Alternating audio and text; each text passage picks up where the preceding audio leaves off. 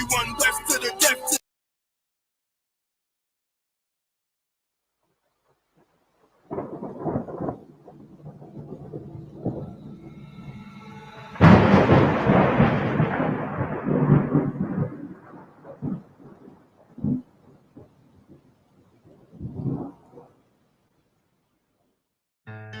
One West till they bury me. I'm one West till they bury me. I'm one West till they bury me. I be one West to the death till they bury me. One West till they bury me. I'm one West till they bury me. I'm one West till they bury me. I be one West to the death till they bury me. I be one West to the death till they bury me. They ain't scaring me. Rip the soul out of Pharisee. Speaking heresy, it get you fucked up apparently. It's like they daring me. I said chill, they ain't hearing me. They ain't listening. Every bar nitroglycerin. Hit your heart, bring it back to start, make you live again. Get them dividends or we start getting ignorant. I be on that soldier shit. I told you shit phenomenal. Nominee abdominal. So what you suckers trying to do? Rhyming comical, guess it's funny until I'm bombing you. Bring apocalypse to them pussy niggas that's popping shit. Team of all-stars, I coach them up like I'm Popovich. Fuck the politics and the lobbyists and apologists. They vagina, so we gon' check them like gynecologists. It's kinda obvious how the situation is ominous. The way I vomit this and regurgitate for the audience. They start applauding this cause the competition is fraudulent. From the era where niggas smoke you up like a parliament. The flow been stupid, shit has gotten retarded since all the dominance of one West rising to prominent. Cause I be one West to the death till they bury me. I'm one West till they bury me. I be one West to the death till they bury me. I'm one West till they bury me. I be one West to the death till they bury me. I'm one West till they bury me. I be one West to the death till they bury me. I'm one West till they bury me. They want a nigga quiet, mute my maneuvers, but I ride like I got Groupon for Uber. Rhymes hard like they've been viewed by Medusa. 9 milli Luger, 17 in the Ruger. Only need a few to sit up in your medulla. Obligata for the regatta, niggas wildin', they win every dollar. They riding by black Impalas, let the semi holler. A showstopper, been a stopper since the teeny bopper. But now I'm going on my Patron, premium of vodka. I put extensions on the Glock, modified the chopper. The swore heavy, war ready, and that's working mama. No marijuana, say I got the loudest silence on it. When I'm up on it, ain't no rapper do it like I do it. A lot of spitties and writers, but when they eat so, none of them can get to the fire around with me. And I had them niggas feel like a tire, down the deep. And I'm still dope as a piper. Every bar burn hard like a spoon with a lighter. Fuel igniter, I'm winning coming through with the title because UP. I be one West to the death till they bury me. I'm one West till they bury me. I be one West to the death till they bury me. I'm one West till they bury me. I be one West to the death till they bury me.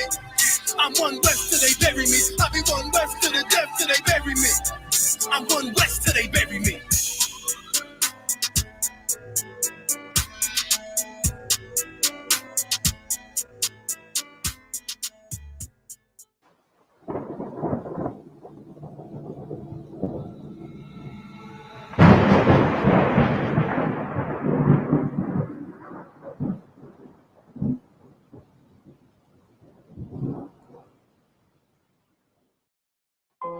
Test 1, 2, 2, 2, 2, 2. All I ever wanted was to be a gangster.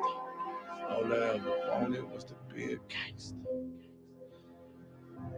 The Lord said, confession good for the soul. So right now,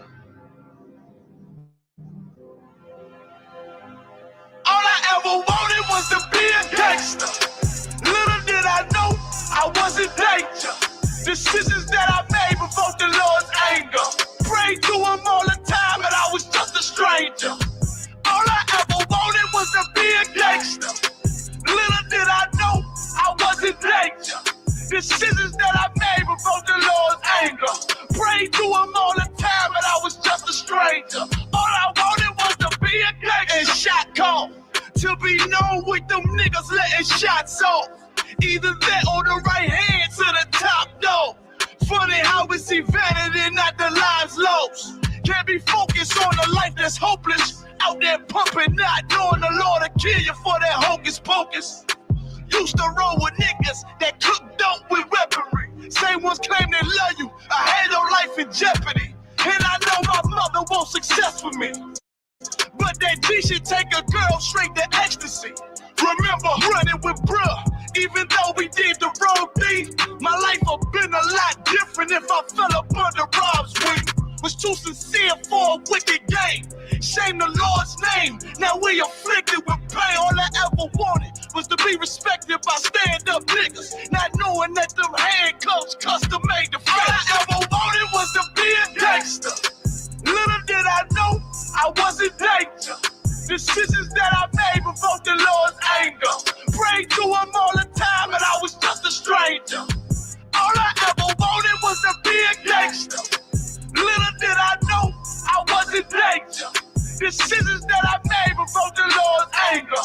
Prayed to him all the time and I was just a stranger. All I wanted was to be a gangster. I ain't lying, I was close to dying.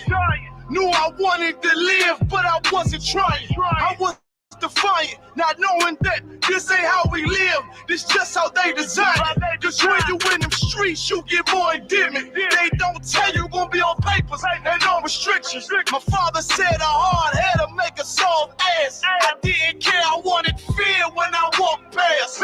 In a place where a black man's blood is cheap, I thank the Lord for the day I was on Lake Street. Pissing in the cup, back and forth to court, from the DC school. I swear it felt like I cried on that fucking porch. The Lord said, my sheep, they ain't hear my voice. Asked me why I'm UPK, I told them I ain't have a choice. They said God ain't 50-50 and what's gonna come to pass. The Lord called me out the world and that's not really fast. All I wanted was to be a gangster. Little did I know I was in danger. Decisions that I made provoked the Lord's anger. Prayed to him all the time and I was just a stranger. All I ever wanted was to be a gangster. Little did I know I was in danger. Decisions that I made provoked the Lord's anger. Prayed to him all the time and I was just a stranger. Go ahead. All I wanted was to be a gangster. Isupk until it hit the fan. I want power and a throne, nigga, fuck them grams. All I wanted was to be a gangster, but I was real as a righteous man. And now got the upper hand, gotta promote this brand. Correct whole multitudes until they all understand. If I can't get that crown, Lord, then put me in the hands of someone more mighty make me this hit man. Reminiscing on the pain that was felt. Shit, I was in the jail. Shit, I needed help.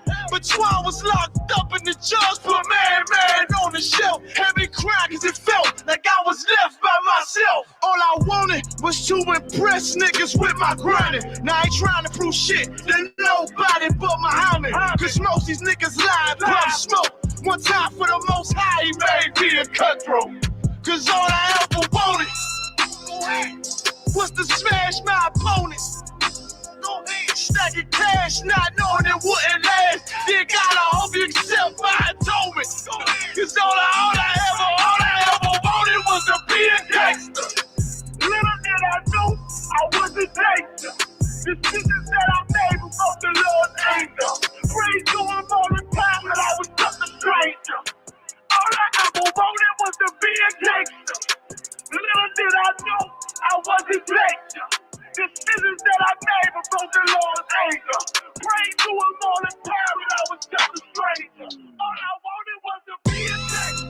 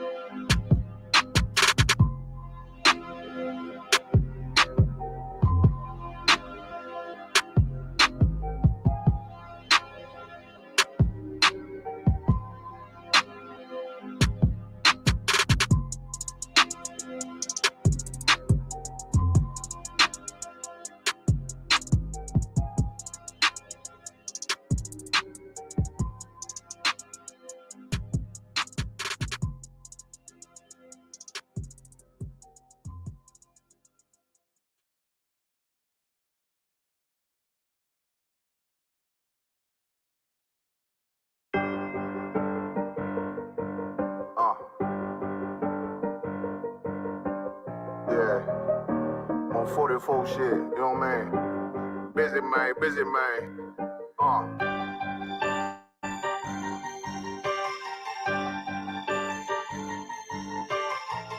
up. When that shit drop, you step all the way on their neck, step on their neck and their head with that shit. Fine then, I ain't show no mercy. We gon' show them boy what time it is. I pop out like I'm Samuel.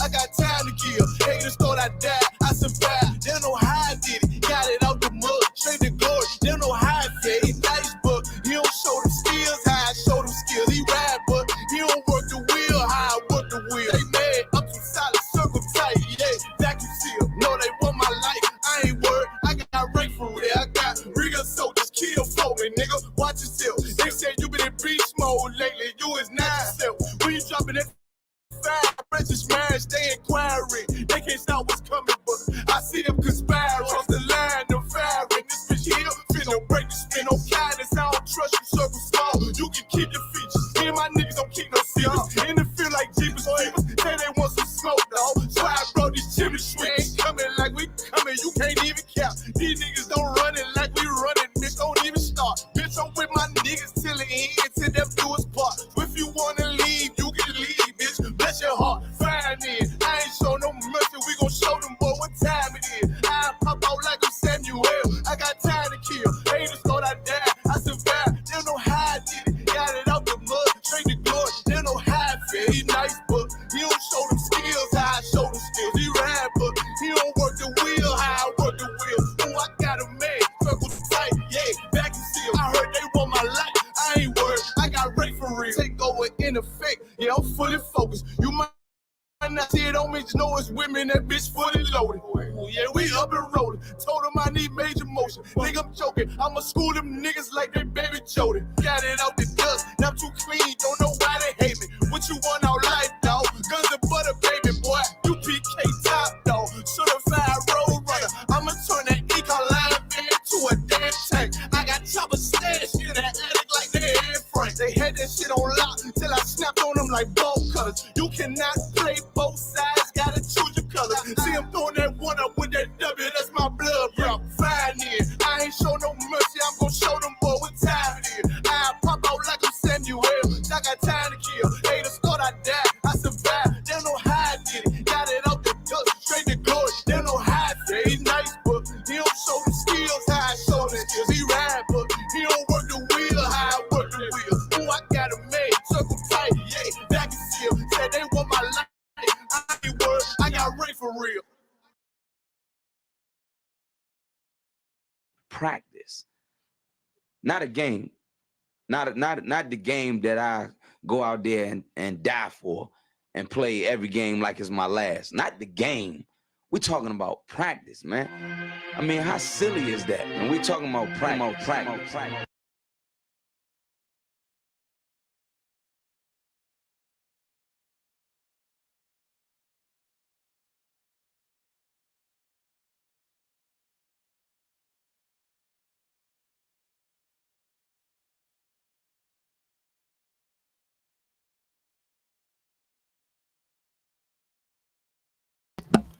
Shalom, Lord in Christ. We are the ISPK, Israelite School of Universal Practical Knowledge. We started out of 1 West 125th Street, Harlem, New York, under Commander General Yohana. We are not affiliated with any other Hebrew Israelite group out there.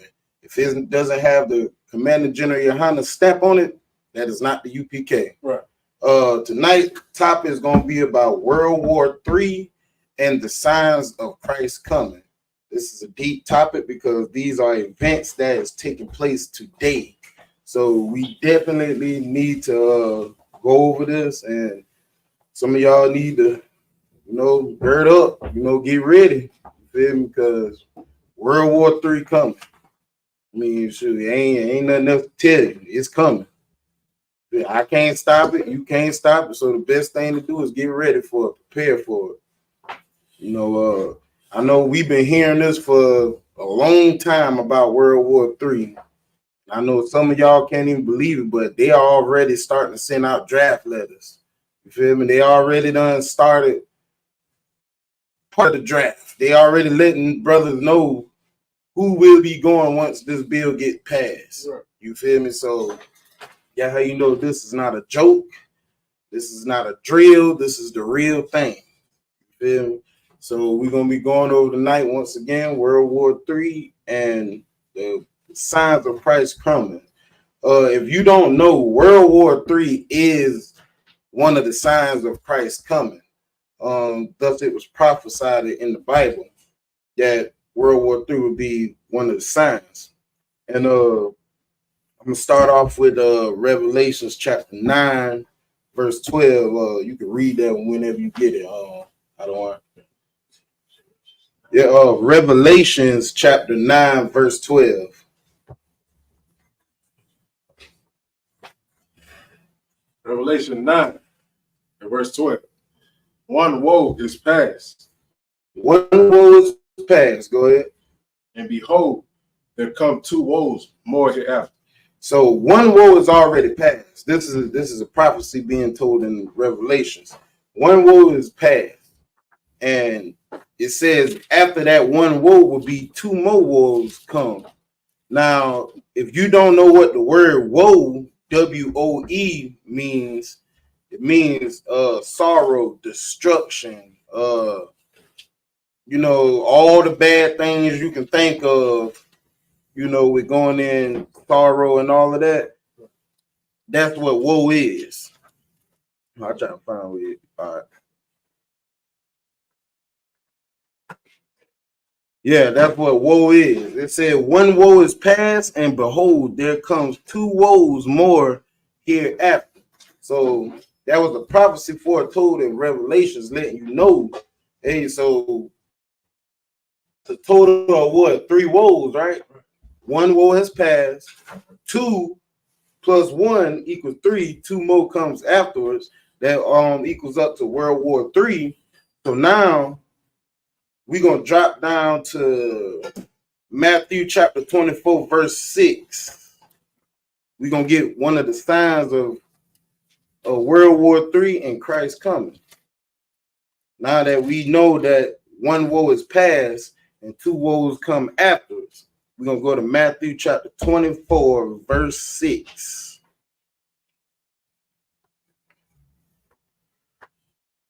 Matthew 24, verse 6. And ye shall hear. If you can't hear the reader, let me know. Put a one in the chat if you can't hear the reader. But go ahead. And ye shall hear wars and rumors of wars. You shall hear of wars and rumors of wars. That sounds familiar. That's the Afghanistan war, the Syrian war, the Ukraine and Russia war, the Israel and Gaza war. Must I keep going? You're going to hear of wars and rumors of wars. These are one of the first signs of Christ coming and one of the first signs of World War III kicking off. You feel me? Go ahead and start back from the top. And ye shall hear wars and rumors of wars.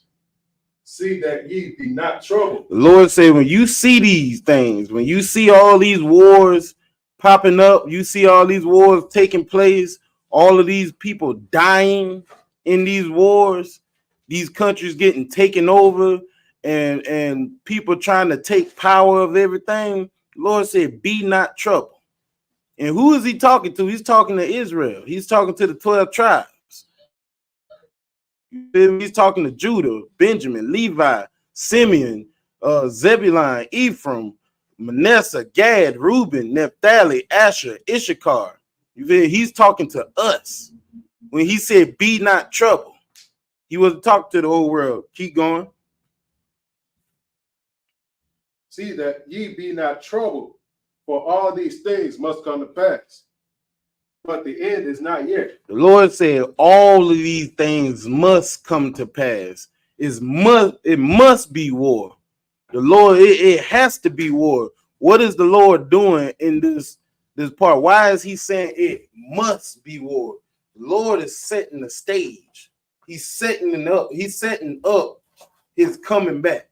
You feel me? So therefore, if you got a movie, you need your villain, you need your hero, and you need the civilians, the people who the hero is supposed to save.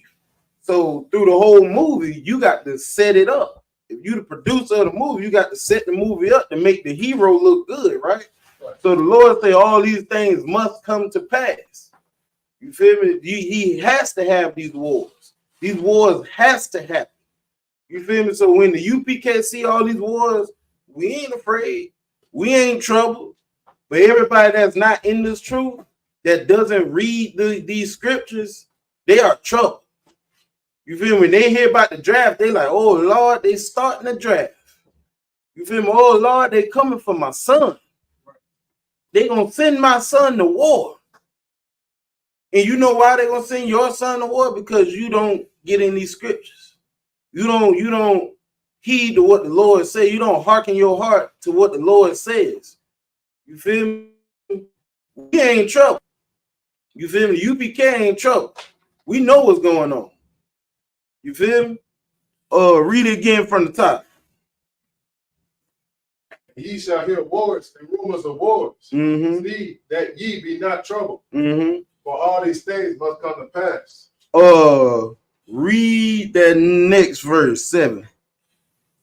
Verse 7. For nation shall rise against nation. So when it says for nation shall rise against nation, what is it talking about? Like, it's not just talking about Afghanistan fighting against America, because America has more than one nation within America. So when it says nation shall rise against nation, what is it talking about? It's talking about like for instance, nation, the word nation is AKA nationality. Nationality shall rise against nationality. So you will have black man rising against white man. You will have Mexican man rising against Asian man. You feel me? That's nation against nation. You feel me? These are signs that the Lord told us to look for and to be not troubled by. You feel me? So it's going to be nation against nation. Read. For nation shall rise against nation, and kingdom against kingdom. And kingdom against kingdom. What is kingdom against kingdom? Now you can say Afghanistan versus America, or Russia versus Ukraine, Israel versus Gaza. You feel me? Japan versus China. You feel me? That's kingdom against kingdom. So the Lord says it's going to be nation against nation. That's a race war. A race war is getting ready to happen. And kingdom against kingdom. That's countries fighting. There's countries fighting each other over power. You feel me? Keep going. And there shall be famines and pestilences, and earthquakes in diverse places. So therefore, there should be famines and pestilences and earthquakes in diverse places. These are all signs of Christ's coming. These are the days now we are starting to see the signs and the prophecies of Christ's coming. I know we've been hearing this for a long time. Oh, we in the last days. I can bet you $5 these right here is the last days right here. You feel me? We are seeing the prophecies unfold right in front of our eyes. You feel me? Give me matter of fact, read Matthew 24 verse 6 through 7 all the way through. Once you get it again. Yes, Matthew chapter 24 verse 6 through 7. Read it all the way through. This is Matthew 24:6. And ye shall hear wars and rumors of wars. See that ye be not troubled. For all these things must come to pass, but the end is not yet.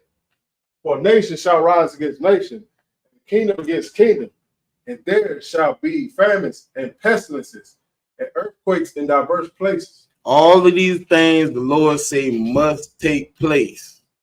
Camera. The Lord said all of these things must take place.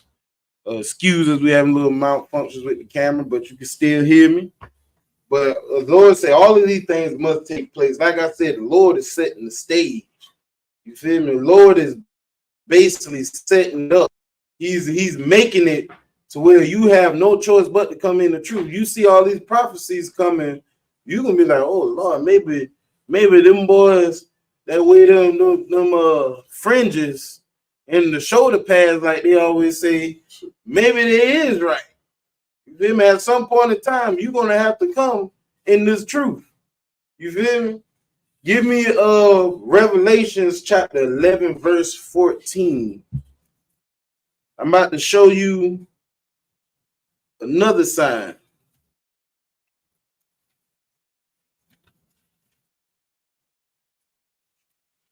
Let's see if what's another sign. Chapter 11, verse 14 of Revelations. Revelation 11, verse 14. The second woe is past. Now, we just read that one woe is past, and two woes come hereafter. So that was a prophecy talking about one woe. Now we're a little further in Revelations to another prophecy. It's basically the same prophecy, but is going deeper into the prophecy, telling you what was going on in the future. It's revealing that exactly revelation. The word means to reveal. So what is doing in Revelations chapter 11 verse 14 is revealing further into the future. So read that again from the top, chapter verse 14. Revelation 11 and 14. The second woe is past, and behold, the third woe cometh quickly. Behold, the third woe cometh quickly. World War I is past.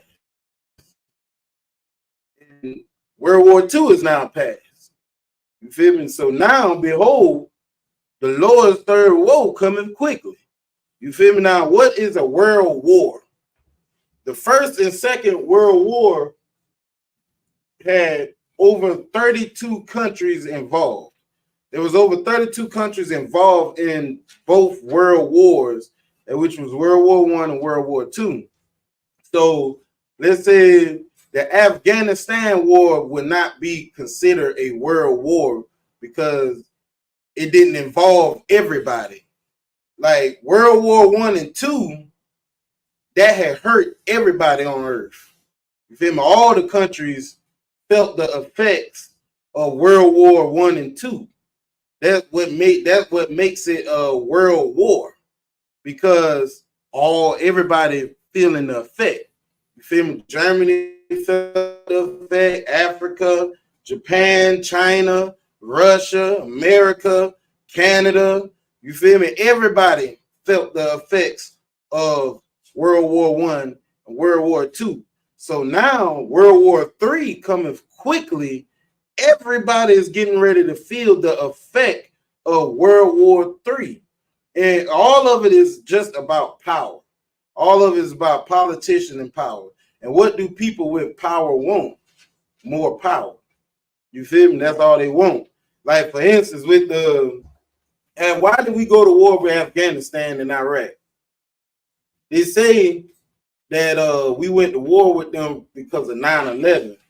Let me tell you, no jihadi flew an airplane into a building for no reason. Like that me, I don't like to get too deep into conspiracy, but I believe that was inside out. It was just too many evidence pointing that it was an inside job. But the reason why they flew a plane into the Twin Towers was because of oil.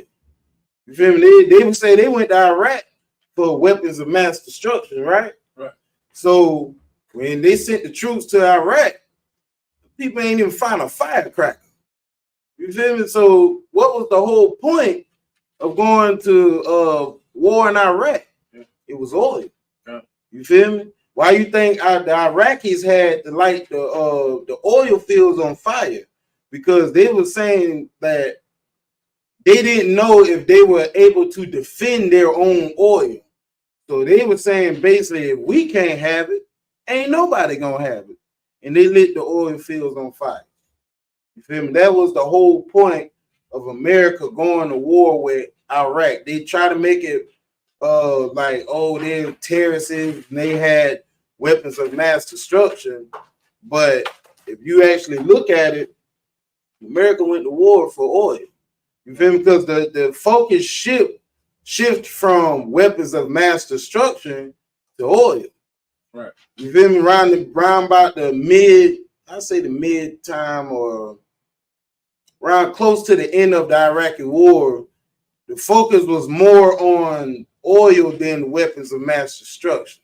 And like I said, they went over there and they ain't even found a firecracker.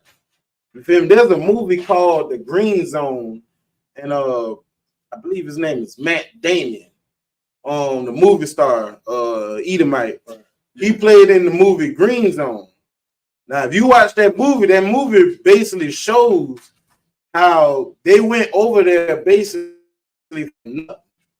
You know, all these people that sons went over there believing they fighting for a cause, you know, died for nothing because of politicians. Right. You know, the old people start the war, they send the young people to fight it, and then once the war is over with, everybody lies about it. You feel me? That's America. You feel me? Right. So Revelations 11:14 says, God damn, man. Okay. Revelations 11:14 says the second woe is past, and behold, the third woe cometh quickly. So prepare yourself. When you see these signs, don't be troubled. Well, if you ain't reading the scriptures, I'll see why you troubled. But UPK, we know what's going on. We don't be troubled. You feel me? Now we're gonna drop that, and we're gonna go to Joel chapter 3, verse 2. But in Revelations, it talks about, you know, the 7 heads.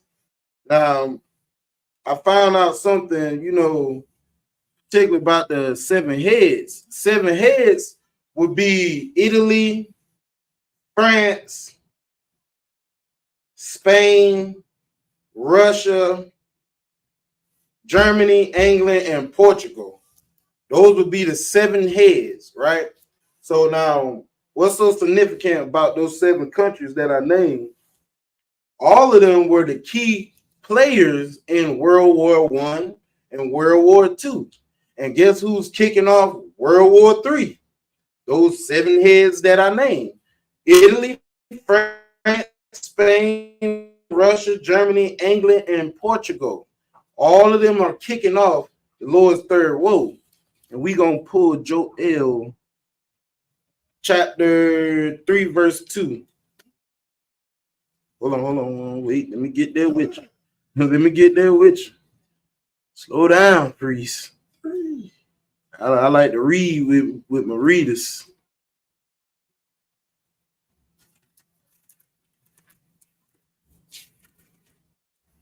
All right, go ahead. Whenever you're ready. Joel 3:2. I will gather all nations and will bring them down into the valley of Jehoshaphat. So what is Jehoshaphat? Very quickly, put in, if you are viewing this and you know the answer, put in the chat, what is Jehoshaphat? What does Jehoshaphat stand for? And he said on verse 2, I will also gather all nations. So that's all nations on earth. You feel me? All the kingdoms, all the countries. You feel me? And he said he will bring them down into the valley of Jehoshaphat. What does Jehoshaphat mean? Or what does Jehoshaphat stand for? Very quickly, put it in the chat. Let me know if we get somebody in the chat. I'll give y'all 1 minute. It's 7:34. I'll give you the 7:36. Come on, UPK. Y'all know this answer. Jehoshaphat, what is it?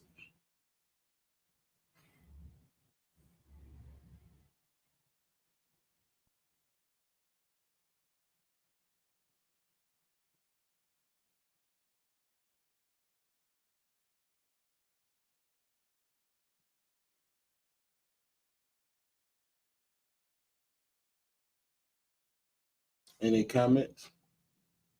Y'all don't know what Jehoshaphat mean? Give you 30 more seconds. Remember, I'm gonna give you a hint. Lord said he will also gather all nations and he will bring them down into the valley of Jehoshaphat. What is Jehoshaphat? What does that mean?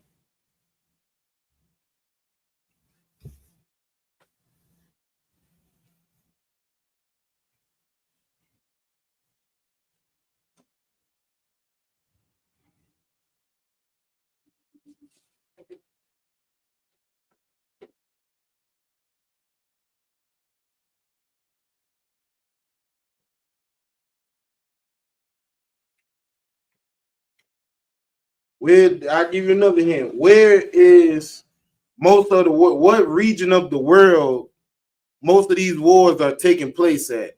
What region of the world?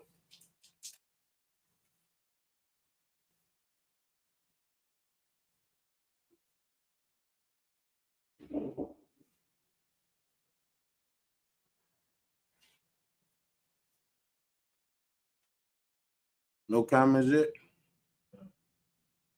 All right. For time's sake, I'm gonna help you out. Jehoshaphat means the Middle East. You feel me? The Middle East, or AKA the Valley of Decisions. That is what Jehoshaphat means. So when he says, I will also gather all nations and will bring them down into the Valley of Jehoshaphat, that means the Middle East area. That's like around Israel, Afghanistan, Iran, Iraq, you know, all up in that area. He's going to bring all the nations to that area. You feel me? And that's where they're going to have war at. Salaki.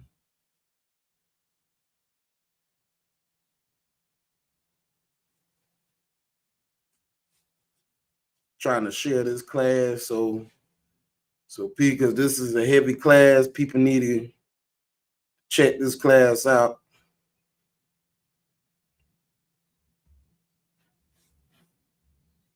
But Jehoshaphat is the Middle East. And there was an African prime minister said this about a couple of years ago. He said there will never be peace in the Middle East because the Jews left black and they came back white. You feel me? So Jehoshaphat is the Middle East. So start that scripture over from the top. Joel 3:2. I will also gather all nations and will bring them down to the valley of Jehoshaphat. The Middle East, keep going. And I will plead with them there for my people and for my heritage Israel. For who? Heritage Israel. No, go back. He would plead with them for who? I will plead them there for my people. Who is the Lord's people? Keep reading. And for my heritage Israel. Israel is the Lord's people. Keep going. Whom they scattered among the nations. Because they did scatter us among the nations. We went through, this is our seventh slavery. You feel me? We were scattered among these nations. You ever heard of the transatlantic slave trade? You feel me? You ever heard of slaves being sold overseas? You feel me? Keep going. And parted my land. When he said parted my land, the Middle East was all owned by Israel. We had owned that when we was ruling. You feel me? That was our land, our home. That's Jerusalem, all of that whole area of the Middle East. That belonged to us.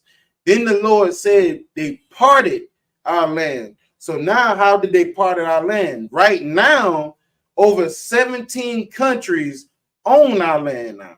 So that's no longer our homeland no more. That's their land because 17 countries own this land. You feel me? Keep going. Verse 3. And they have cast lots for my people And have given a boy for an harlot. So therefore, saying they're giving a boy for a whore, you feel me? Basically, in other words, they kidnapped us. You feel me? And sold us for petty stuff. You feel me? That's like I take a Kai's son and I say, I take him to another nation. Hey, I'll sell this boy. I want this microphone. I got a little boy right here. I want this microphone. You feel me? I like this microphone. This is my money right here. This baby boy. Here you go. You feel me? Still to this day, we are being kidnapped. And still to this day, they still take us.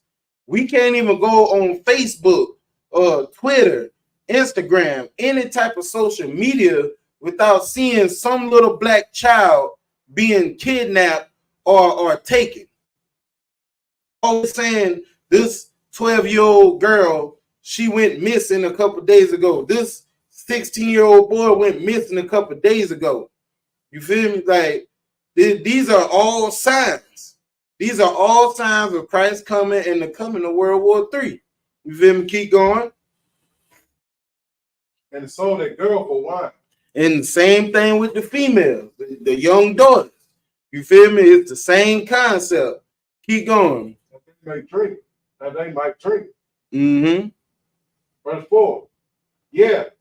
And what have you to do with me? Now the Lord is talking to these. At this point, the Lord is speaking to these other nations. Now this scripture right here is going to show you that the Lord don't love everybody. You feel me? Because of how he's addressing these other nations. When he said, yeah, and what have ye to do with me? He's saying, what you got to do with me? You feel me? He's talking to these other nations like, bro, what business do you have with me? You feel me? I thought God loved everybody. Keep going. Oh, Tyre and Zidon. So when he says Tyre and Saigon, he's talking about catch that last part. Yeah.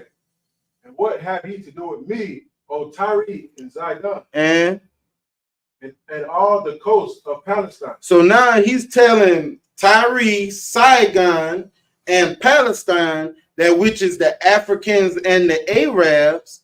He says, what do you have to do with me? Why, like, Lord love everybody. Why is he telling the Africans and the Arabs, like, what you got to do with me? You feel me? You selling my children. You feel me? You treating my children like this. You parted our land.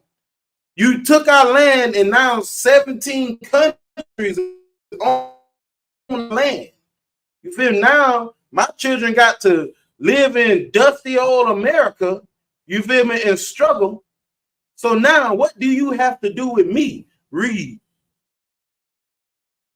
What will you render me a recompense? So now the Lord is telling them, like, are you gonna pay me back for all the things you're doing to my children?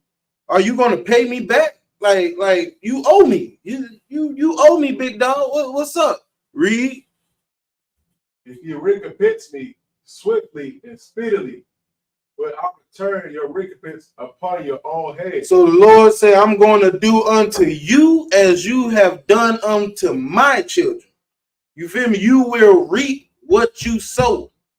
You feel me? You the same way you sold my children, I'm going to sell your children. You feel me? The same. Say, read verse 6. Verse 6. Yeah. And the children also of Judah and the children of Jerusalem. The children of Judah and Jerusalem, though, that's Israel. Keep going. Have you sold unto the Grecians? Have you sold unto the Edomites? Keep going. And ye might remove them far from their border. So when we were sold to the Edomites, I pray y'all know who the Edomites is, or Esau. We were moved to the far from our border. You feel me? Like they took us far from our land, and that's how our land got parted to 17 different countries. You feel me? Read verse 7. Verse 7. Behold, I will raise them out of the place where ye have sold them. So therefore, let's say like how Edomites, like, or the oppressor, like to tell us, oh, if you don't like it here, then go back to Africa. Ain't that what they like to say, guys? The Lord said, behold, I will raise them out of the place whither ye have sold them. So we don't have to go back to Africa to be saved. You feel me? The Lord said he's going to raise us up out of this place where we at now. You feel me? Keep going. Where ye that have sold them, and I will return your recompense upon your own head. So now the Lord is saying, I'm going to do unto you like you done unto my children. You sold my children, I'm going to sell your children. Read verse 8. And I will sell your sons and your daughters into the hand of the children of Judah. Into the hand of who? The children of Judah. I thought Most High loved everybody. He would sell them into the hands of who? The children of Judah. Okay, keep going. And they shall sell them to the Sabians. And the people far off, for the Lord has spoken it. The Lord have spoken it. You feel me? The Lord's telling you, hey, the Lord is telling the other nation, like, hey, the same thing you did to my children, the way you treated them, the way you put them in slavery, the way you sold them, the way you separated them, the way you parted their land, we're going to do the same thing to you because the Lord have spoken it. You feel me? So read verse 9. Verse 9. Proclaim ye this among the Gentiles. So proclaim this amongst these nations that mistreated Israel. What are we going to proclaim them? Prepare war. Wake up the mighty men. He said prepare war. Wake up the mighty men. So now, going back to Revelations, we're going to be staying right here. I just talking about Revelation. Going back to Revelations, Lord say he will bring all nations to the valley of Jehoshaphat. So now we read in Joel where the Lord is telling these nations, you feel me, prepare for war. You feel me, prepare yourselves. Keep going. And wake up your mighty men. All these sharpshooters, all these magnificent hunters. The Lord said Esau is blessed with the sword. You feel me? So all these brothers that can shoot, can shoot an arrow. You feel me? All these weapon makers, like all these Edomites that know how to create nuclear warheads. The Lord said, wake them up. Prepare for war. Read. Wake up the mighty men.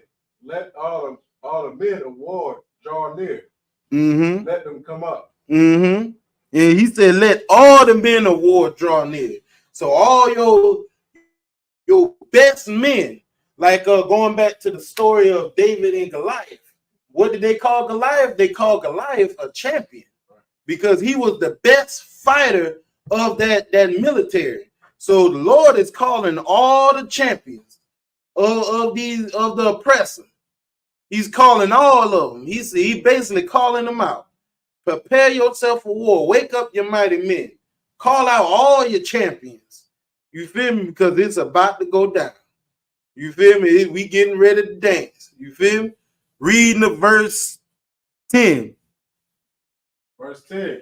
Beat your plowshares into swords. The Lord is telling them, like how Ukraine had to do. They had to beat their plowshares into swords. Read. And your pruning hooks into spears. Let the weak say, I'm strong. Like Ukraine was weak.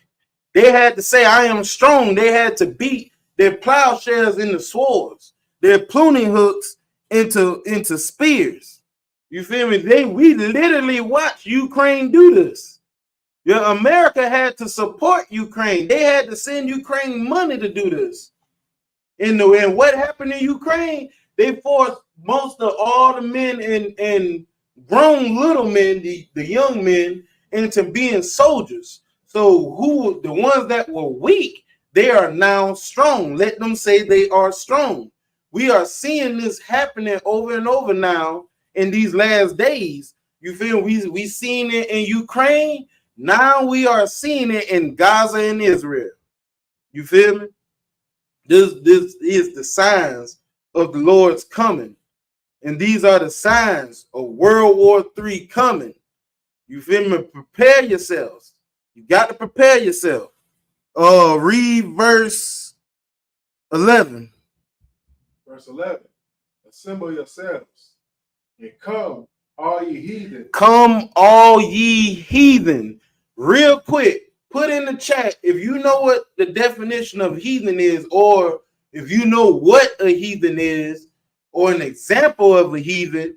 Put it in the chat. I'll give you 1 minute. It's 7:50. I'll give you 7:51.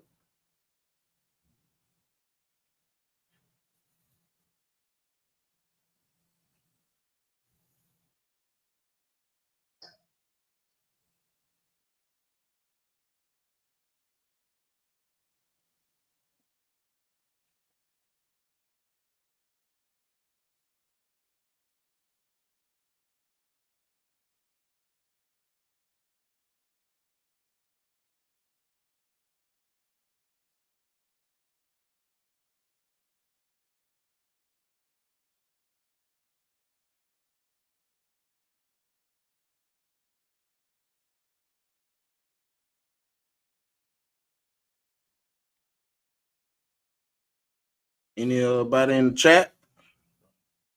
Come on now, we gotta have class participation now.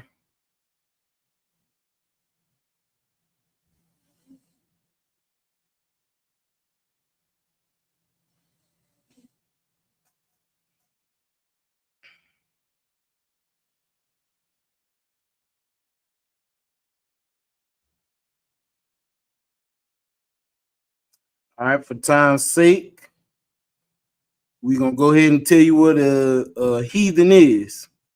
A heathen is anybody that is not of the 12 tribes, meaning Judah, Benjamin, Levi, Simeon, Zebulun, Ephraim, Manasseh, Gad, Reuben, Naphtali, Asher, or Issachar. If you are not the descendant of blacks, Native Indians, or Hispanics, you will be considered a heathen. Now, there are people in the Bible that was of the tribe of Israel that was considered a heathen because they were acting like a heathen, or they was living like a heathen. So we're going to read verse 11 over again from the top. Go ahead. Joel 3:11. Assemble yourselves and come, all ye heathens. So when he said all ye heathens, he's talking about the other nations, all nations other than black, Native Indian, and Hispanic people. Go ahead. And gather yourselves together round about. Mm-hmm. Because thy mighty ones to come down, O Lord. So therefore, the Lord is basically challenging all these other nations. He's challenging them. You feel me? He says he's going to cause thy mighty ones to come down. All these sharpshooters, all these UFC fighters, and all these men of war of these other nations, the Lord is causing them to come down. Read verse 12. Verse 12. Let the heathen be awakened. Let the other nations be awakened. Go ahead. Come up to the valley of Jehoshaphat. Here we go with the Jehoshaphat again. You feel me? Come down to the Middle East. All of this is going to take place in the Middle East like it's doing now. Russia, Ukraine, Israel, Gaza, America, Afghanistan, Iran, Iraq. You feel me? All these wars are taking place in the Middle East. That's why there's no peace in the Middle East, because that's our homeland. Read. Therefore, I will sit to judge all the heathen round about. Lord said he's going to sit there and judge you in the Middle East. You feel me? World War III. You feel me? Skip down to 14. Verse 14. Multitudes in the valley of decision. In the valley of decision, a.k.a. Jehoshaphat. Read. For the day of the Lord is near. For the day of the Lord's coming is near. Go ahead. In the valley of decision. In the valley of Jehoshaphat, the Middle East. Read 15. Verse 15. The sun and the moon shall be dark, and the stars shall withdraw their shining. So therefore, with the moon and the stars being darkened, and the stars shall withdraw their shining. What is that talking about? That's talking about all the smoke that's going to fill the air. when that war takes place. You feel me? Little do you know, World War III is our salvation. You feel me? Give me. Okay, you read that. Give me.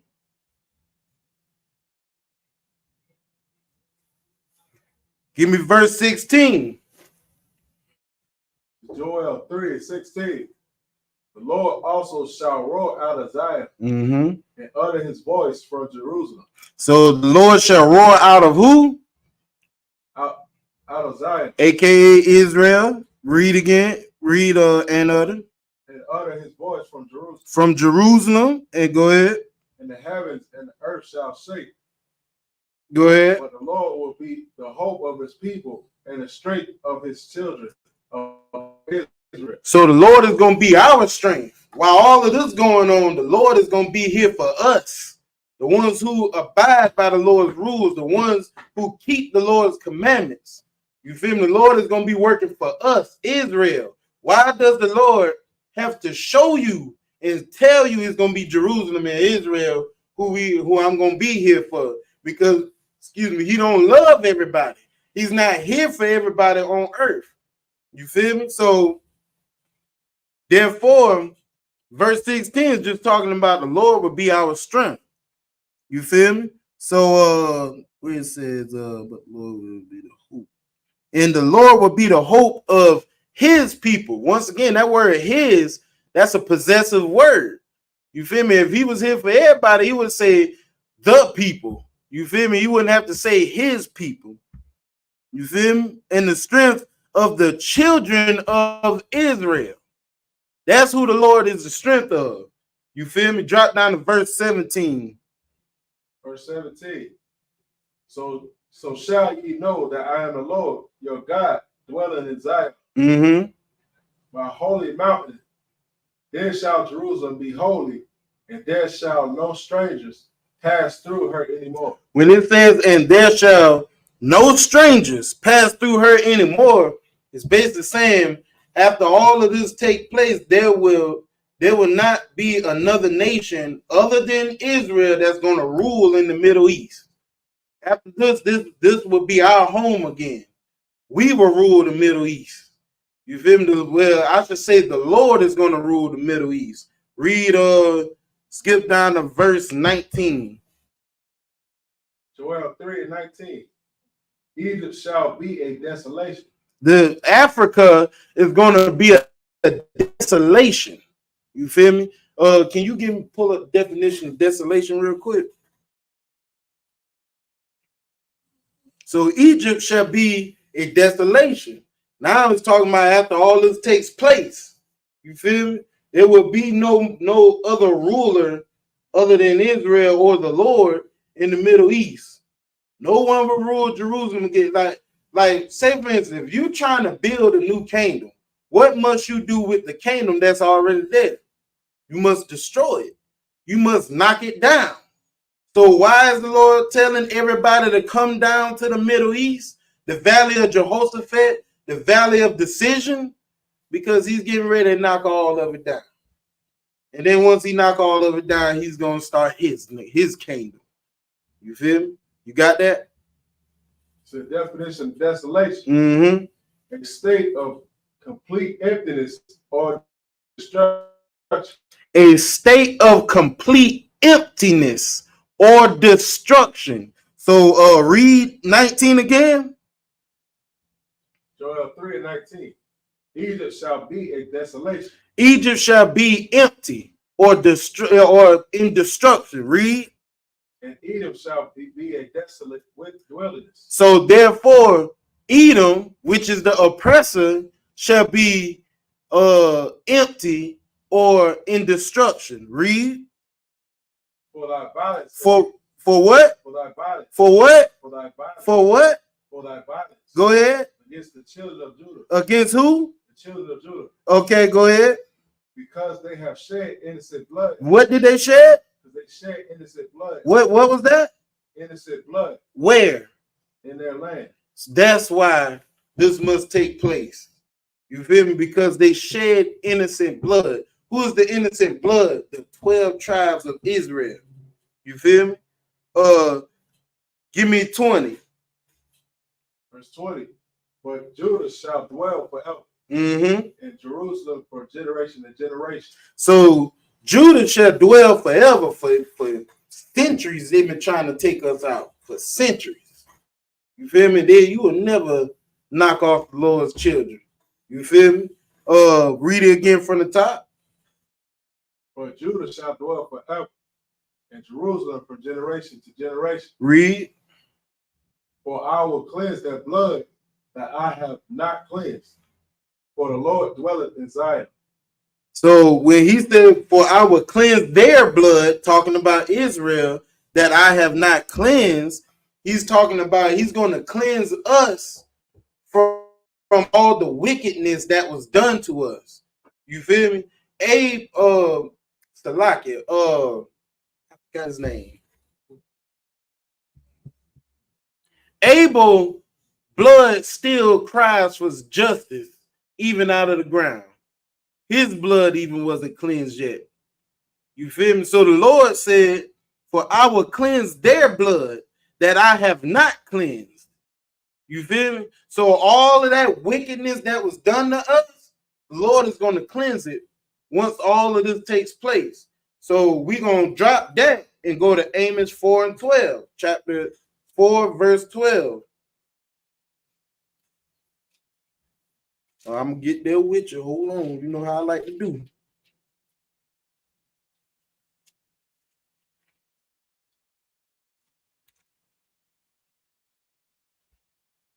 So chapter 4, verse 12, read it whenever you got it.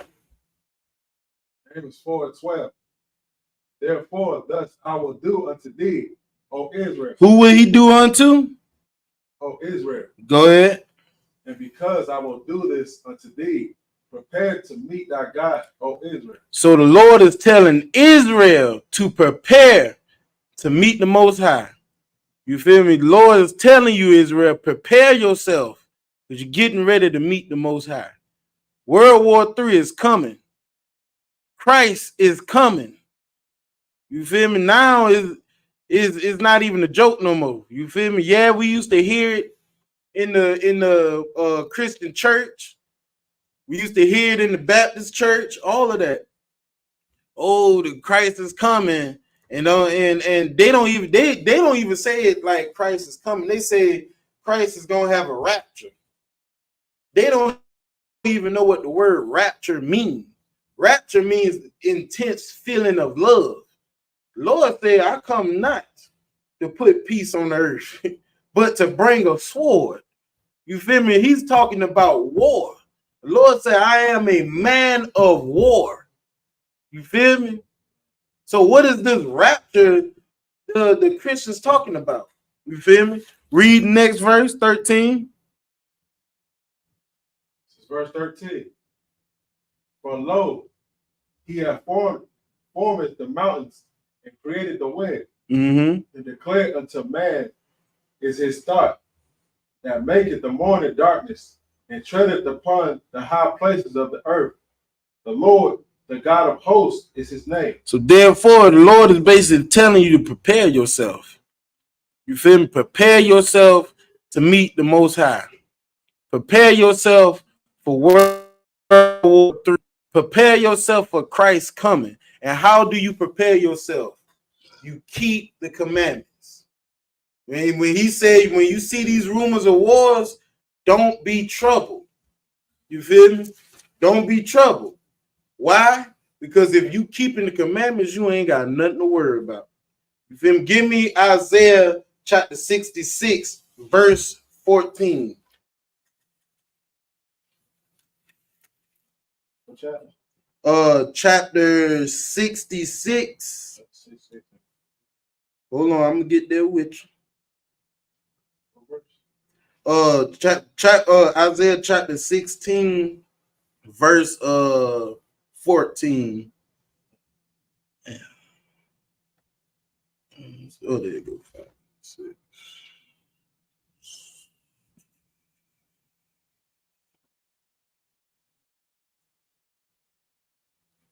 All right, chapter 66. I'm almost there. But the Lord is telling you to prepare yourself. He's giving you all the signs. You feel me? He's laying it out flat for you. All right, I'm there. Go ahead and start whenever you're ready, big dog. Isaiah 66 and 15. No, 66 and 14. And 14. And when ye see this, your heart shall rejoice, and your bones shall flourish like and herd. So, like, when you see these signs, when you see all these nations coming down to the valley of Jehoshaphat, when you see World War III coming, when you see these famines, these pestilences, these earthquakes, when you see all these signs taking place, just like he told you, don't be troubled. When you see it, ye shall rejoice. Right now, we should be happy. Right now, we should be rejoicing right now because it's like, boy, my salvation is finally coming. We are finally at the end. I don't have to, sooner or later, I ain't got to go punch no clock. Sooner or later, I ain't got to go deal with no supervisor. I ain't got to deal with no rent, no mortgage. Man, bro, I've been waiting for this. Read that again from the top. And when you see this, your heart shall rejoice, and your bones shall flourish like an herb. Right. Go ahead. The hand of the Lord shall be known towards his servants. The hand of the Lord shall be known towards his servants, which is obviously Israel. Go ahead. And his indignation towards his enemies. And his anger towards his enemies. So if God loves everybody, why does he have enemies? Why does the Lord say, I got to turn my anger towards enemies? You feel me? If he loved everybody, if he came for everybody, why he got to have enemies? You feel me? The Lord said, for my hand shall be with my servants, towards my servants, and his indignation, aka anger, towards his enemies. Read 15. Verse 15. For behold, the Lord will come with fire and with his chariots in the whirlwind. What will he come with? With his chariots. Before that. Will come with fire. And his chariots. Like a whirlwind, meaning he's going to come with the fire and his chariots like a whirlwind, meaning swiftly. We got somebody at the door. Salaki, hold.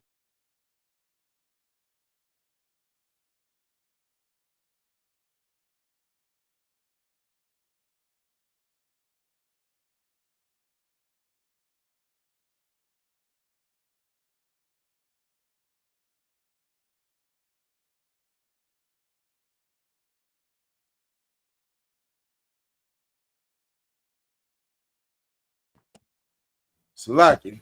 But verse 15, he said he would, for behold, the Lord would come with fire and with his chariots like a whirlwind, meaning he's coming very swiftly. You feel me? It's gonna be fast. You ain't gonna know it's coming. To render his anger with fury. So the Lord is coming back to earth angry. You feel me? And the Lord has every right to be angry. He has every right to have fury against all these other nations. You feel me? He has every right to do that. Because look at how we were treated as a people since we've been here. Since the very first slavery, I believe that was with Persia. From our very first slavery in the scriptures all the way to the day, look at how we were treated. Look at how these people treating our children, our babies. Look at how they do feeding our babies to gators, crocodiles, using our babies for gator bait. You feel me?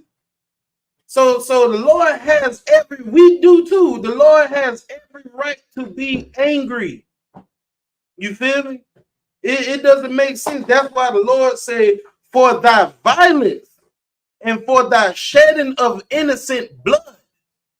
You feel me? We didn't do anything to these other nations. You feel me? So, but what we did do, we broke the Lord's covenant. This is why the Lord said this must happen. This is how it must be. You feel me? So we have to go through this. Ain't no other way around it. So you're not gonna accept up until you've been down. So the Lord will put us in a low state, just so we will see what He's trying to get us to understand. And still, a whole lot of people is not gonna understand it. It's still gonna be Israelites that's gonna have to pay, because they won't hearken their heart. They won't listen. Like the Lord said, we are a stiff-necked people. You feel me? We don't like to listen. We don't like to take orders. You feel me? So going back to 15, for behold, the Lord will come with fire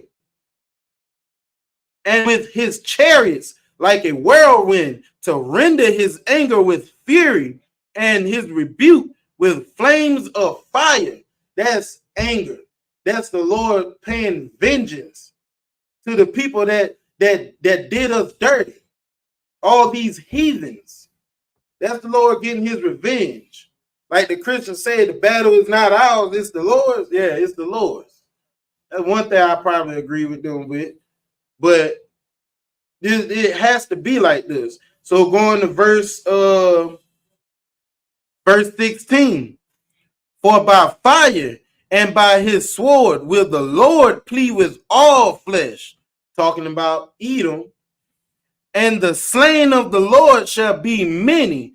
Meaning the slain of the Lord shall be many. All that the Lord killed. All that the Lord has deleted. You feel me? Will be many. It's going, when this World War III take place, it's going to be so much death.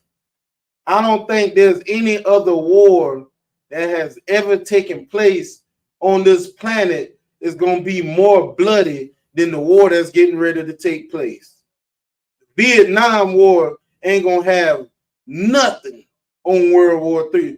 The Civil War and the Revolution War, which was ruled two of the most bloodiest wars on earth, it ain't going to have nothing on World War III. It say the Lord is going to slay many.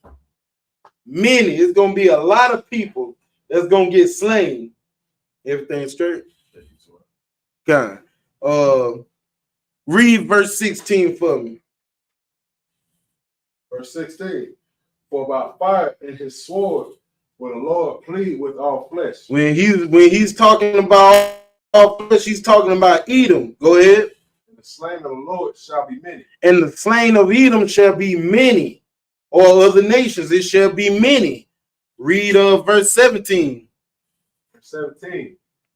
They that sanctify themselves. Who sanctify themselves? Edom, the oppressor, the nation that runs America. Read it from the top again. They that sanctify themselves and purify themselves in the gardens, behind one tree in the midst, eating swine's flesh, and the abomination and the mouse shall be consumed together. That saith the Lord. So the Lord basically saying Edom will be destroyed. You feel me? The Lord is telling you he's going to destroy that great nation of Edom. You feel me? Let's drop that. Kind of. If you also look at it, you know what I'm saying? We saying swine flesh. All the people that be eating swine, they said, and the abomination. And the mouse. Eating the mouse. God, you need Moab. Read that scripture from the top again. Hey, throw on that. Read that scripture from the top again. They that sanctify themselves. So Edom sanctify themselves, which they do today. Go ahead. And purify themselves in the gardens behind one tree in the midst, eating swine's flesh. Edom love that pork. And the abomination. And the mouse. And who loves to eat that mouse? Who like to eat rats? Hey, who loves to eat rats? You feel me? It ain't black people. We don't eat no darn rat. I hope not. I hope ain't no black people out here doing that. But y'all know who like to eat rats. You feel me? Y'all know who eat damn near whatever they can find. I ain't gonna lie. If I ever ate a rat from a Chinese restaurant, that shit been good than a motherfucker. But if I know it been a rat, I promise you, I ain't care how good it been. I would not eat that shit. Salaki, excuse my French. Go ahead. And the hot shall be consumed together, said the Lord. And all of that is going to be consumed together, meaning all of that will be destroyed together. The Lord is going to deal with that all together. Now, we're going to jump into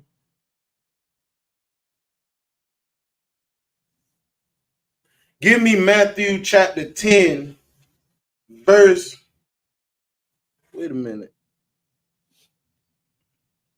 I think I got mixed up. Verse 15. All right, and give me Matthew chapter 10, verse 34. So lock you on that. It's Matthew 10. And verse 34. Matthew 10 to 34. Think not, I have come to send peace on earth. So the Lord basically telling you, and from the New Testaments to Christians' love, the Lord said, think not that I send peace on earth. Go ahead. I came not to send peace. Hold on, wait a minute. He had to say it twice. He said, think not that I am come to send peace on earth. Then he says, I came not to send peace. He said it twice. He's letting you know, hey, bro, it don't expect it to get any better. You feel me? Read. But a sword. But a sword. You feel me? The Lord is bringing a sword to, I'm about to say the wrong thing, to delete people. He's coming to unalive and delete people off the face of the earth. That's the whole point of his coming. You feel me? Give me Jeremiah chapter 49, verse 16. And hold on, I'm getting there with you.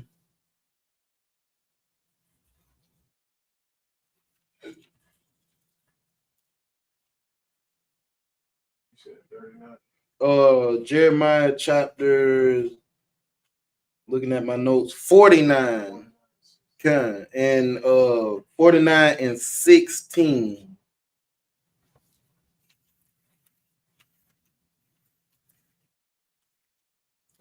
You can start. It's Jeremiah 49, verse 16. Thy terribleness hath deceived thee. Mm-hmm. And the pride of thy heart, O thou that dwellest in the clefts of the rock. So the clefts of the rock, the one that dwelleth in the cleft of the rock, where does the word Caucasian come from? It comes from the carcass of mountains. So who is he talking about? He's talking about the oppressor, the nation that runs America. Go ahead. That holdest the height of the hill. Mm-hmm. So meaning they sit in high power on the planet, meaning they run America, they run damn near all the countries, and if they don't run a specific country, I promise you they got their hand in it. Read. Though thou shouldest make thy nest as high as the eagle. When it says thou should make the nest as high as the eagle, basically talking about, like for instance, America created something called a space station. You feel me? A space station. And guess what the name of that space station is? It's called the Eagle's Nest. Right. Would you look at that? You feel me? Right. Would you look at that? The Lord said they should make a nest higher than the Eagle's Nest. Space station called the Eagle's Nest. Read. I will bring thee down from thence, says the Lord. And the Lord says, then that's when I will start to bring you down. You feel me? Now I'm going to start bringing you down because now you're getting a little ahead yourself. You feel me? Verse 17. Verse 17. Also Edom shall be a desolation. We already read that scripture where the Lord said Edom will be a desolation, meaning be empty or in destruction. The Lord is telling you who he's going to destroy, who he's going to unalive, who he's going to delete. Read. Everyone that goeth by it shall be astonished. So everybody that's going to pass, let's say you passing by the neighborhood of America and you see it destroyed and empty. You know how you grew up in the neighborhood, let's say it's abandoned neighborhood, you be like, yeah, man, that house over there, that was the house that I was raised at. Yeah, this used to be I-95. Yeah, you could have get to North Carolina, all that through with I-95. You feel me? Yeah, over here, this used to be Myrtle Beach. Right. You feel me? You were going to be astonished after the Lord get through with America. Read. And shall hiss at all the plagues thereof. Exactly. So, give me, now we're going into the Apocrypha. Give me 2nd Esdras chapter 16, verse 1. Oh, you got it? Oh, yeah. Oh, okay. You good. That make it better for me. I can get there with you. Chapter 16, verse 1.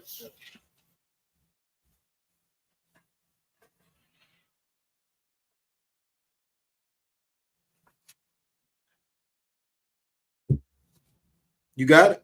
Got it. Got it. 2nd Esdras 16 and 1. Woe be unto thee, Babylon and Asia. Destruction and sorrow be unto Babylon and Asia. So Babylon today will be America. When we all know what Asia is. Read. Woe be unto thee, Egypt and Syria. So woe be unto you, ye Africans and ye Arabs. Destruction and sorrow be unto ye. Right. You feel me? Read. Right. Time. Especially them Arabs. Time. You saw they just dropped how many? The Lord just dropped how many under the heat? Man, it was 1,600, ain't it? It was something like that. The Lord dropped 1,600 Arabs like that.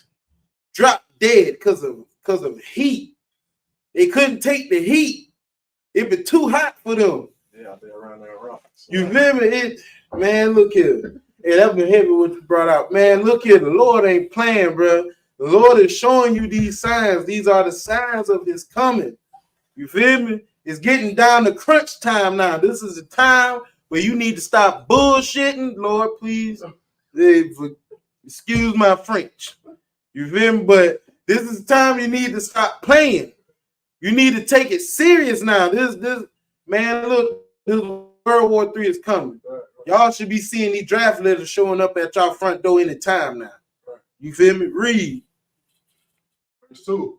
Gird up yourselves with cloths of sack and hair. What is he's talking to these 4 nations he named: Babylon, Asia, Egypt, and Syria. He said sorrow and destruction unto you. So he's talking to them. Now when he said gird up yourselves with cloths of sack and hair, what is cloths of sack? You feel me? Basically, like when you go to a funeral, everybody always wear all black, right? Right. Lord is telling you put on your mourning clothes because you're getting ready to mourn.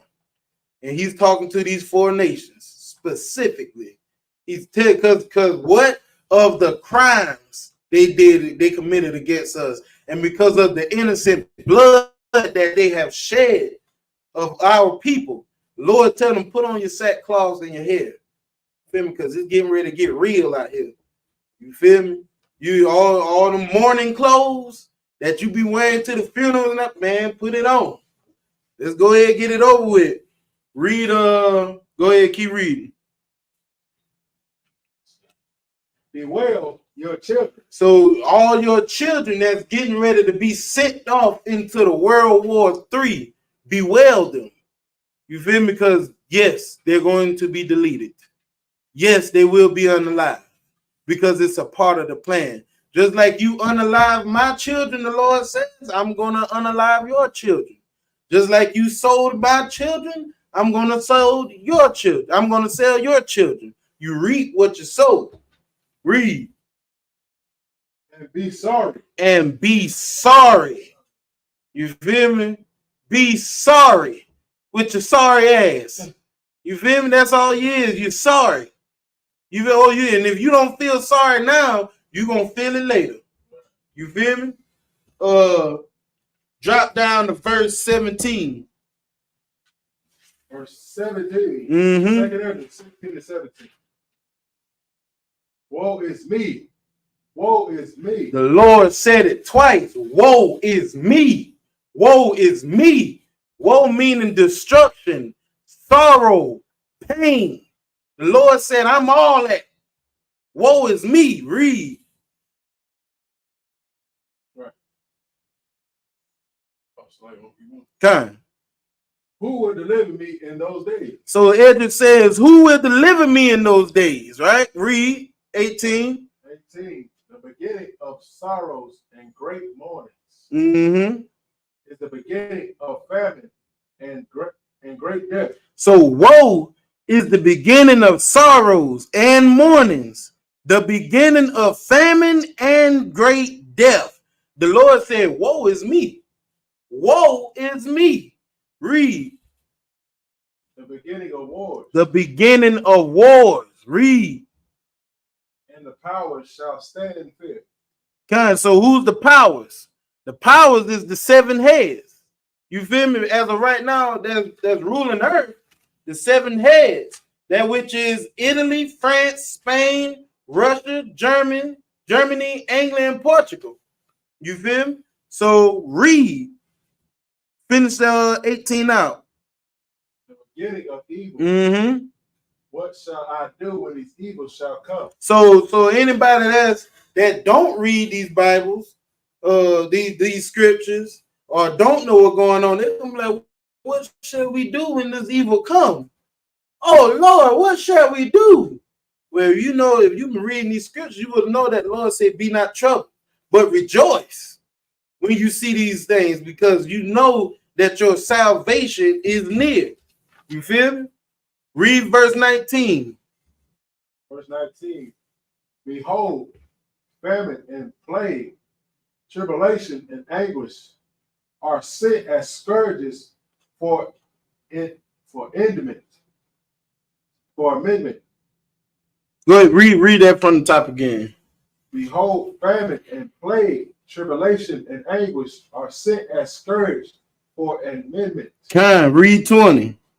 For all these things, they shall not turn from their wickedness. So basically, the Lord saying, even after all this takes place, even after you see World War III coming, you seeing all these deaths, all of this stuff taking place, the Lord saying, all you sinners still not going to turn away from sin. You feel me? Guess what a homosexual will be doing after they see all this? They still going to be trying to put that rod in their mouth. You feel me? A pork either gonna still be eating pork. You feel me? A cigarette smoker, weed smoker is gonna still be smoking. Even after you see all of these plagues, all of these prophecies come true, you're not gonna turn away from your sins because you are dumbfounded in your head, in your mind. You don't hearken yourself unto the Lord. So the Lord, what they said on that Captain Tazariot skit, the Lord gonna kill your ass. You feel me? The Lord gonna kill your ass. You feel me? Drop down. Well, finish that out. Finish 20. You can start 20 from the top again. Verse 20. But for all these things, they shall not turn from their wickedness. They should not turn from their wickedness. Go ahead. Nor be mindful of the scourges. Nor be always mindful of the scourges. Now drop down to verse 24. 24. This whole chapter is a good chapter. I ain't gonna lie. I wish I had time to break that whole chapter down, but drop down to 24. Verse 24. There shall be no man left to till the earth and to sow it. So there should be no man left to till the earth and to sow it, meaning to basically pluck the fruits of the plants and to plant more fruits there will be no more, there will be no man left. Read. Verse 25. The trees shall get fruit, and who shall gather them? So the trees gonna be growing grapes. They're gonna be growing apples. They're gonna be, if you hungry, this the time to eat. You feel me?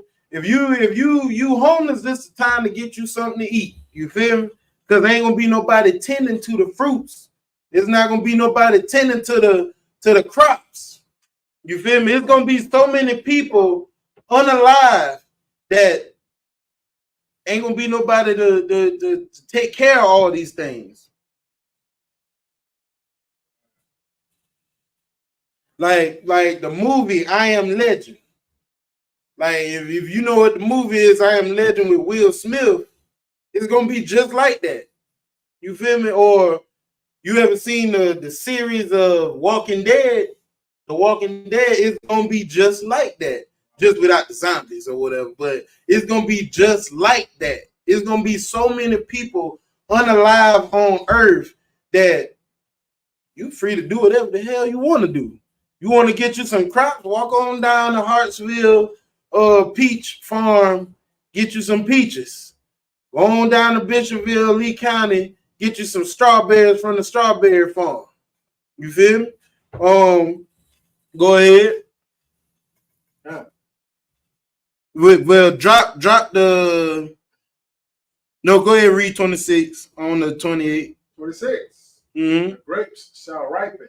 So these grapes that grows on the tree, they're gonna be overripe, meaning they're gonna be past ready to pick. You feel me? They're gonna be sweeter, more juicier. Go ahead.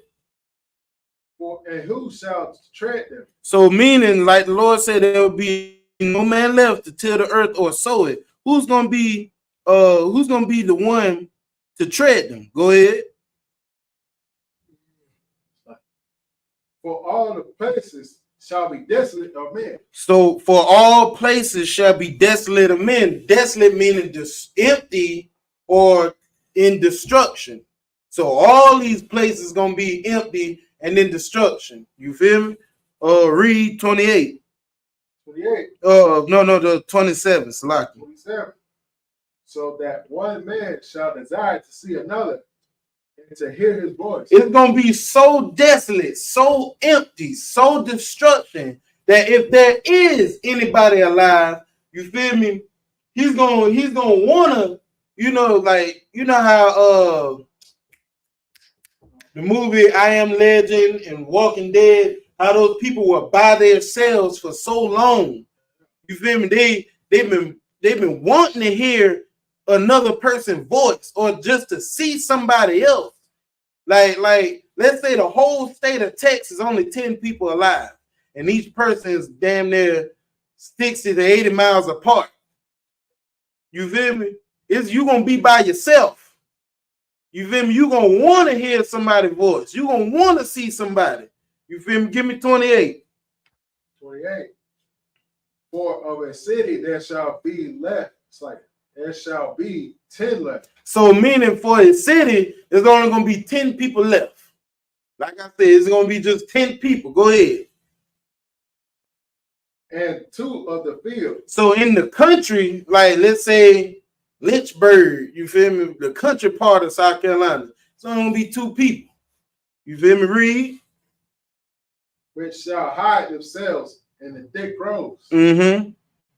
And in the cleft of the rocks. In the cleft of the rock. So who is this talking about? Going back to the cleft of the rock. Who is this talking about? This is talking about Edom, Esau. You feel me? The oppressor, the nation of people that runs America. You feel me? So now we're going to drop that and we're going to go to Revelations chapter 6, verse 15. Boy, I'm dropping these scriptures on y'all. We're going to go to Revelations chapter 6 and verse 15. Now you will never hear a pastor break these scriptures down like this, or let alone pull this many scriptures. By this time, they stumping roaches. By this time, you feel me? I pray you understand. Go ahead and give it to me when you're ready. It's Revelation 6 and 15.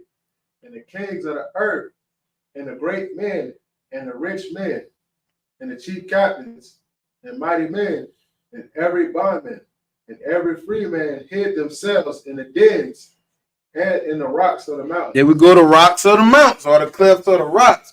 So with all these people that he's naming is talking about all these people that are in power in the nation of Edom, or in all these other nations other than Black, Hispanic, and Native Indian people, all the top ranked people, and they're gonna hide themselves from the Lord.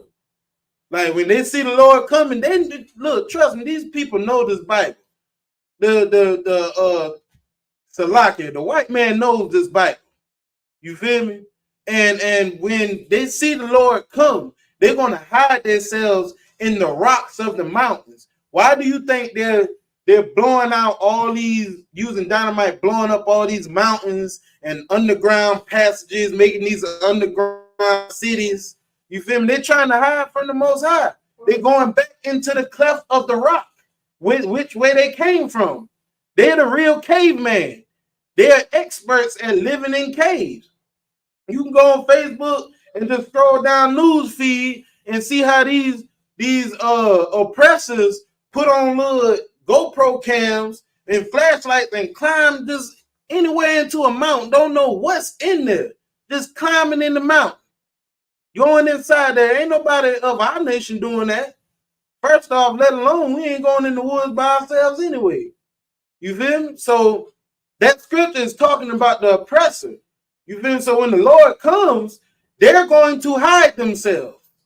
They're going to hide from the Lord, which you cannot hide from.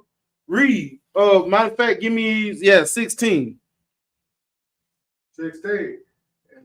And say to the mountains and rocks, follow us, and hide us from the face of him that sitteth on the throne. Who is that sitteth on the throne? The Most High. Go ahead.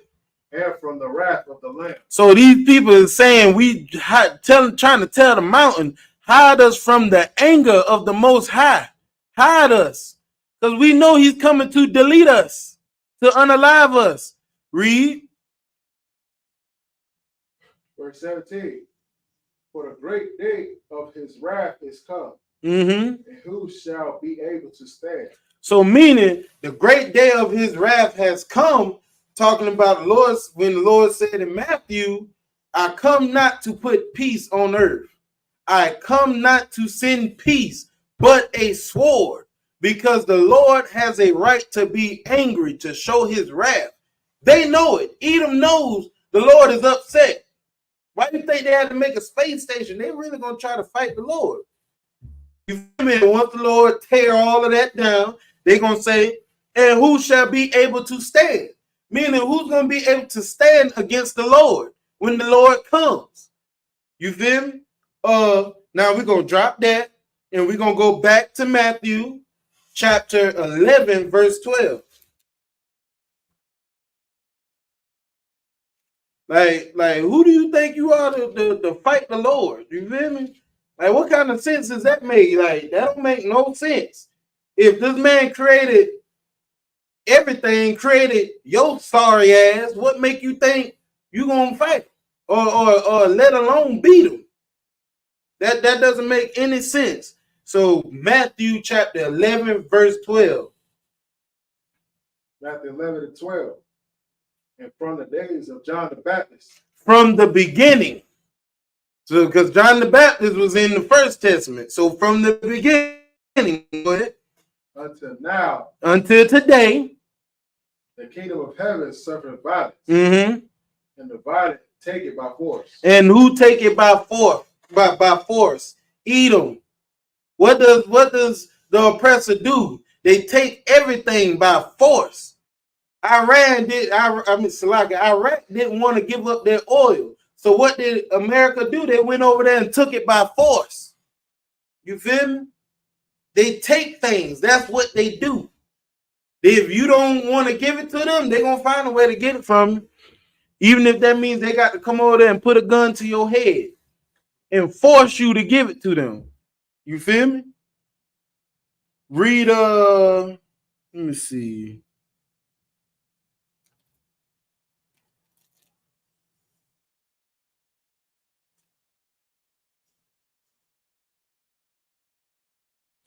Matter of fact, give me Matthew chapter 24, verse 37.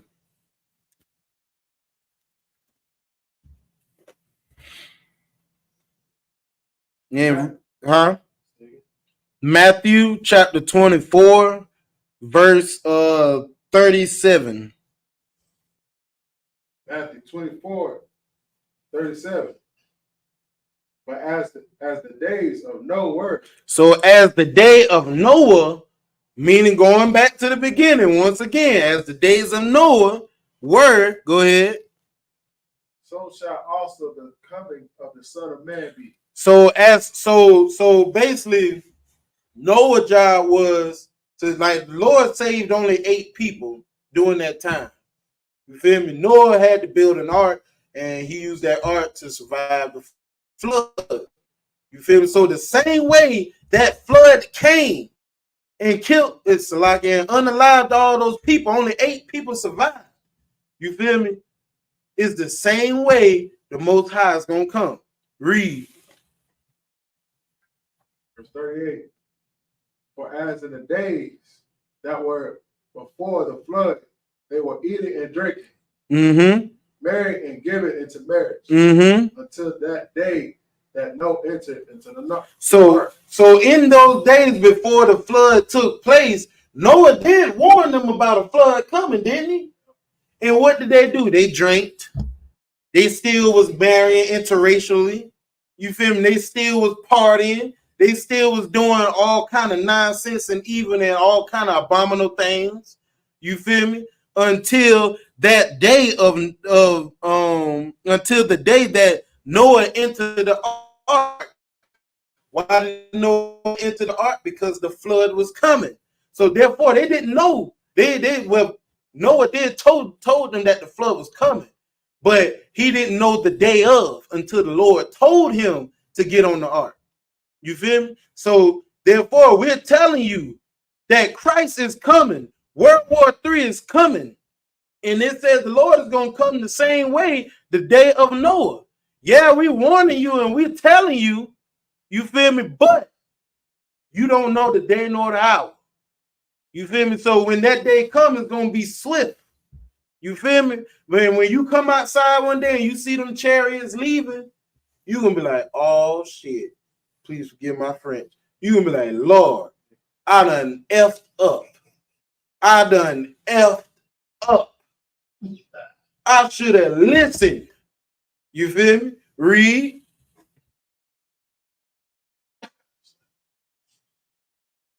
Verse 38. Verse 39. And knew not until the flood came. And knew not. They didn't know what was going on until the flood came, even though Noah told them what was going on. They didn't listen. They didn't hearken. You feel me? You can't say, oh, I didn't know. How you going to say that and I came and told you? Now the flood here, you're unalive now. It's too late now. Keep reading. And took them all away. So shall it be the coming of the Son of Man. So shall be the coming of Son of Man. So the same way Noah told them, and they didn't hearken, and until the day of the flood, the same thing is going to take place today. How we're telling you, Christ's coming. World War III is coming. I read that scripture where it says some of y'all gonna see these prophecies and still don't turn away from the wickedness. Hey, the same shall be the day of the Lord coming. You ain't gonna see it coming. You feel me? Read. 40. Then shall 2 be in the field. Now, this is the scripture that Christians love to pull in church. They love to say, oh, 2 people gonna be in the field and 1 gonna be taken. Let's see what's going on. Read it from the top again. 40. Then shall 2 be in the field, the 1 shall be taken, and the other left. Now, the Christians will tell you they want to be the one that is taken. They don't even know what the hell they asking for. The one that's going to be taken is the one that's going to be unalived. You want to be the one that's left standing. You feel me? You got to comprehend. You feel me? Read. Verse 41. 2 women shall be grinding at the mill. Mm-hmm. The one shall be taken and the other left. Read. Watch therefore, for ye know not what hour your Lord doth come. You don't know the day nor the hour that the Lord cometh. You feel me? Let's drop that and give me. We're going to go right back to Revelations 9 and 12. And then we're going to end it with 11 and 14. So therefore, what the Lord is saying in that scripture is like, is 2 is going to be in the field. You feel me? Like let's say the field, like you at work. You feel me? You working. 1 is going to be taken. In other words, 1 is going to be unalived. You feel me? 1 is going to be deleted. You feel me? 1 is going to be canceled. And the other left standing. You want to be that one standing. You feel me? You want to be that one that the Lord didn't have to take his wrath out on. You feel me? Like, don't be foolish and follow up these Christians. Because these Christians, they'll tell you they want to be the one taken. You feel what kind of sin? Why do you want to be unalive? Why do you want to be canceled? You feel me? Like this is no joke. Like, we are seeing these prophecies. We are seeing all of these things what we've been hearing for a long time fold out now. We are seeing all these nations starting to meet in the Middle East. You feel me? In the valley of Jehoshaphat, the valley of decisions. You feel me? The Lord said he's going to sit and watch y'all fight. You feel me? Until he decides he want to step in. And when the Lord step in, that battle only going to last for 1 hour. You feel me? That battle is only going to imagine the entire world. So the Christians say that word world. Or I would say imagine that every single country, every single nation other than blacks, Native Indians, and Hispanic, all fighting at once. And the Lord just intervened. And all of that is over in 1 hour. And probably less than 1 hour. You feel me? That's magnificent. You feel me? That is what you call a miracle. You feel me? You got to understand World War III is the black man's salvation. This is what we've been waiting for. This is what we've been praying for. All you Christians that been say you've been praying for the day of the Lord coming, this is what you praying for, World War III. This is exactly what you praying for. You feel me? Like, this is the Lord said this must come to pass. It must come to pass. Whether you like it or not, World War III is going to happen. And the Lord's second coming is coming. You feel me? Read Revelations 9 and 12 again once you got it. Revelation 9, verse 12.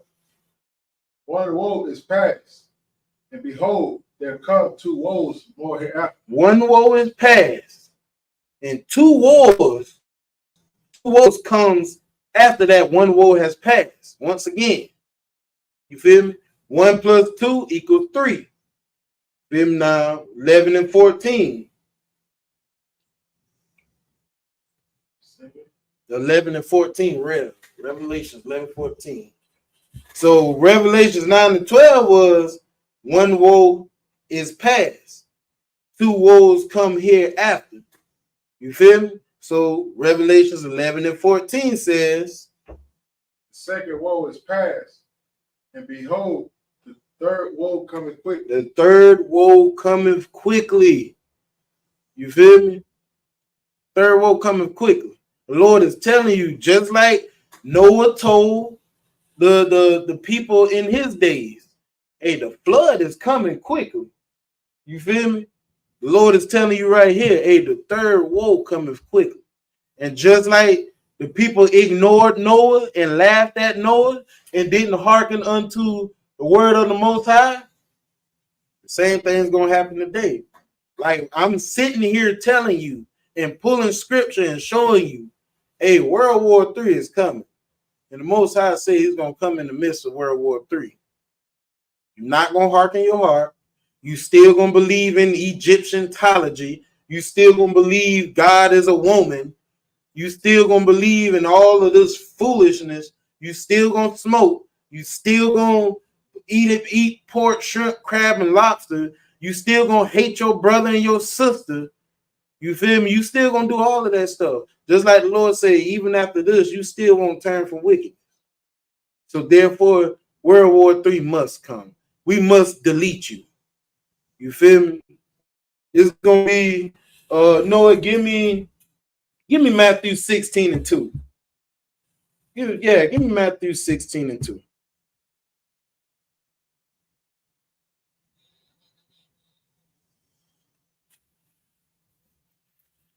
Matthew chapter 16. Hold on, 16 and 16 and 2. Matthew 16 and 2. He answered and said, Matter of fact, give me verse 1. Matthew 16 and 1. The Pharisees also with the Sadducees came, and tempting desired him that he would shew them a sign from heaven. So these Pharisees and these Sadducees desired him that he would show them a sign from heaven. Go ahead and read 2. He answered and said, When he says he answered and says, this is Christ speaking. Go ahead. He answered and said unto them, when it is evening, ye shall say, it will be fair. Salaki, it said, you read that again. When it is evening, ye say, it will be fair weather. So basically, you saying, okay, when I see this sign, this is what it is. Read. For the sky is red. For it's something else. Read. And in the morning, it will be foul weather. Today, for the sky is red and lowering. You feel me? So basically, like the weatherman to tell you, oh, it's gonna rain today. You feel me? Then you go throughout the day and it don't never rain. Right. So basically, the Lord is basically telling them, you think you know everything. You feel me? You think you know everything, and you trying to show everybody you know everything. You feel me? But you can't tell that the world is about to end. If you know everything, why can't you tell that the world is about to end? You feel me? Keep reading.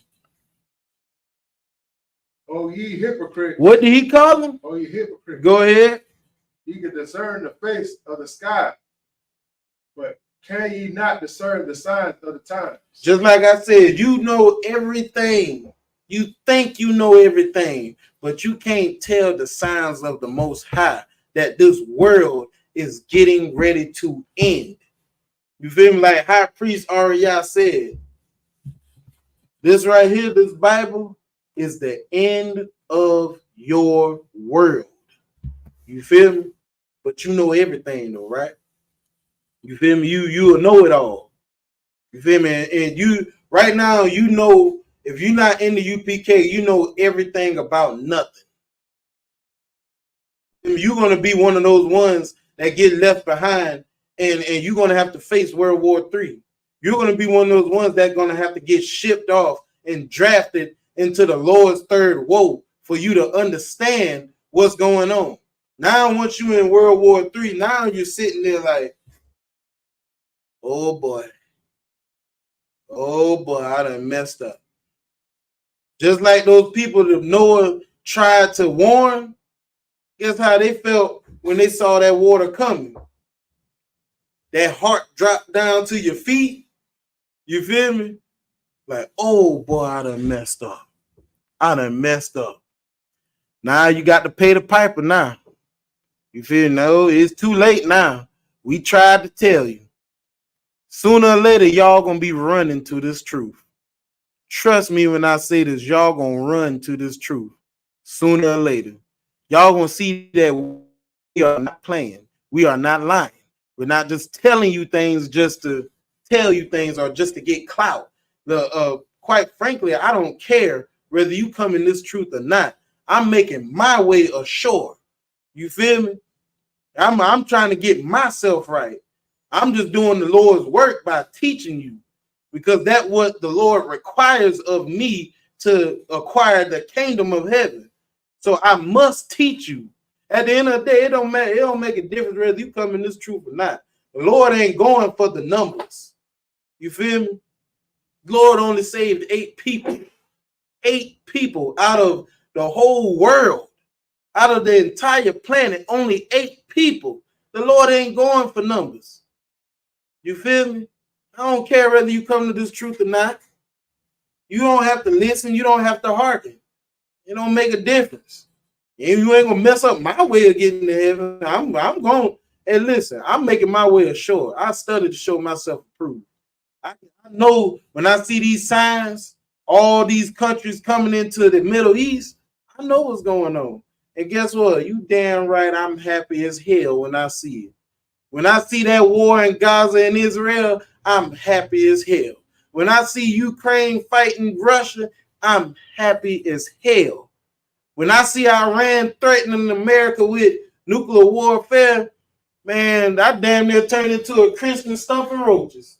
You feel me? I damn near almost turned into a Christian stumping roaches. You feel me? When I saw that, because I already know what's going on. Boy, my salvation is near. Hey, yeah, you can hand me that for water. Oh, all right. But yeah, I know my salvation is near. You feel me? Because World War III is my salvation. World War III is Esau getting revenge paid back on them. That's the Lord getting his revenge for the innocent bloodshed of my people. The Esau, he unalived 77 million Native Indians and 99 million African Americans, or so-called African Americans. You feel me? In the transatlantic slave trade. You feel me? So with 99 million plus from that 99 million all the way to the day, you can just imagine how big the number is. It passed the 100 quintillions of how many black people they done unalived. And you still have the nerve to marry these people. You still have the nerve to worship these people and then keep their customs. And may you go into World War III. You feel me? I pray you go into World War III because you don't hearken. You feel me? And with that being said, these are the Isupk announcements. We are the Isupk, started out of 1 West 125th Street, Harlem, New York. Rule for new brother and new sister. When a new brother or sister comes into the school, they are off limits for 6 months. They are to be saluted only. They are here to share themselves of the world. If they need transportation, the teacher will arrange it. After 6 months, if a brother or sister has an interest in a particular person, he or she must get permission from the head to speak to a brother or sister. There's another 6 months in which the brother and sister will court each other. After this 6-month period, the brother and sister will get permission from the head to marry. Ties, which is a commandments. You can find that in Numbers chapter 18, verse 21, and in Malachi chapter 3, verses 8 through 10. In the Hebrew, it means tenth, ma'asharah, 10% of every penny of any increase give to Salaki, 10% of every penny or of any increase the Lord gives you, give to the treasury department or teacher. Priest funds, free will offering for priests, not mandatory. Whatsoever amount you would like. Upcoming holy convocations, memorial of blowing of the trumpets, first day of the 7th month, which is Wednesday, the 2nd of October, 2024. You can read about this in Leviticus chapter 23, verses 24 through 25. Remind Akim and Akwaf to check the bulletin board in the hallway. If anyone wants to be a trooper in the school, to start wearing all black. Boots, shirt, pants, headbands, and scarf. Shalom. That's right.